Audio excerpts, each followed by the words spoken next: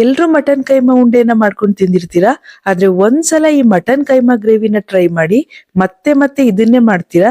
Just 15 minutes ಒಳಗೆ ಇದು ready ಆಗ್ಬಿಡುತ್ತೆ. ನಾನಿಲ್ಲಿ ಕುಕ್ಕರ್ಗೆ 3 ಟೇಬಲ್ ಸ್ಪೂನ್ ಎಣ್ಣೆ ಹಾಕೊಂಡು ಬಿಸಿ ಆದ್ಮೇಲೆ 2 ಚಿಕ್ಕದಾಗಿ ಕಟ್ ಮಾಡ್ಕೊಂಡಿರೋ ಈರುಳ್ಳಿ, ಮಧ್ಯಕ್ಕೆ ಕಟ್ ಮಾಡ್ಕೊಂಡಿರೋ 4 ಹಸಿ ಮೆಣಸಿನ್ಕಾಯಿ ಹಾಕೊಂಡು ಫ್ರೈ ಮಾಡ್ಕೊಂಡ್ಮೇಲೆ 2 ಟೊಮೊಟೊನ ಚಿಕ್ಕದಾಗಿ ಕಟ್ ಮಾಡ್ಕೊಂಡು ಫ್ರೈ ಮಾಡ್ಕೊತಾ ಇದ್ದೀನಿ. ನಂತರ ರುಚಿಗೆ ಉಪ್ಪು ಹಾಕೊಂಡು 2 ಟೇಬಲ್ ಸ್ಪೂನ್ ಶುಂಠಿ ಬೆಳ್ಳುಳ್ಳಿ ಪೇಸ್ಟ್ ಹಾಕೊಂಡು ಹಸಿ ವಾಸನೆ ಹೋಗೋವರೆಗೂ ಫ್ರೈ ಮಾಡ್ಕೊಂಡು 1/4 ಸ್ಪೂನ್ ಅರಿಶಿನ, 2 spoon garam masala powder, 1 spoon ಖಾರದ ಪುಡಿ, 2 ಸ್ಪೂನ್ ಧನಿಯಾ ಪುಡಿ ಹಾಕೊಂಡು ಮಿಕ್ಸ್ ಮಾಡ್ಕೊಳ್ಳಿ. ತಳ ಅಂಟದೇ ಇರ್ಲಿ ಅಂತ ಸ್ವಲ್ಪ ನೀರ್ ಹಾಕೊಳ್ಳಿ.